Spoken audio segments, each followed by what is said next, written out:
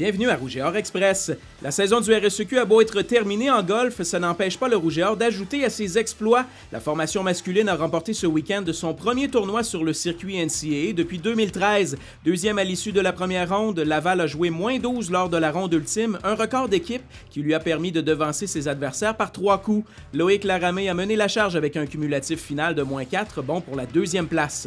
En cross-country aussi, le Rouge et Or a bien fait sur le circuit NCAA. Les filles ont surpris lors du Princeton Invitational au New Jersey avec une deuxième place. Anne-Marie Comeau remportant l'épreuve individuelle, devançant notamment Aurélie Dubé-Lavoie et Jessie Lacourse en 3e et 4e position. Yves Siku-Boisbeau l'a emporté chez les hommes, qui n'ont toutefois pu faire mieux qu'une 4e place.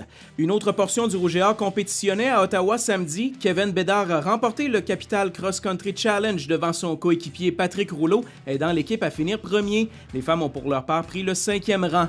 Rugby féminin, Laval a conclu la saison régulière en blanchissant Sherbrooke 73-0 samedi. Le Rouge et Or a marqué 3 essais dans les 10 premières minutes du match en route vers sa 5e victoire en 7 parties, ce qui lui a assuré la 2e place au classement et l'accueil du match de demi-finale du RSEQ dimanche prochain 13h au Stade TELUS Université Laval contre les Stingers de Concordia. Natation, début de saison difficile pour le Rouge et Or samedi au PEPS. Laval n'a pu faire mieux que le 3e rang tant chez les hommes, les femmes qu'au combiné lors de la première coupe universitaire de la saison. Notons toutefois la médaille d'argent de Caitlin Hodge, les 2 de bronze de Jérémy Gagné, ainsi que les 3e places de Quentin Daboval et du relais 4x50 mètres 4 nages masculin.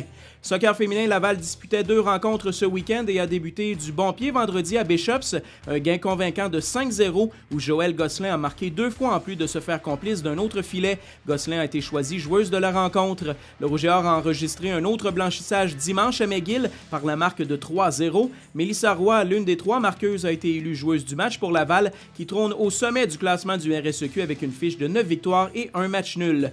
Les hommes ont pour leur part fait preuve de caractère face aux Redmen, effaçant un déficit de 0-2 pour soutirer un match nul grâce à un filet du joueur du match Charles Joly à la 90e minute. Basketball, les femmes n'ont pas su prendre leur revanche face à Acadia, qui les ont vaincus une 2e fois en 2 semaines. C'était la seule défaite du Rouge et Or au tournoi Queens, où Raphaël Côté a été élu sur l'équipe d'étoiles. Les hommes n'ont pas eu autant de succès au tournoi House Lawton de Carleton, échappant un match serré contre Acadia vendredi, avant de subir un cuisant revers contre les champions canadiens en titre des 7 dernières années, les Ravens de Carleton. Françon Demosthène a pris place sur l'équipe d'étoiles du tournoi.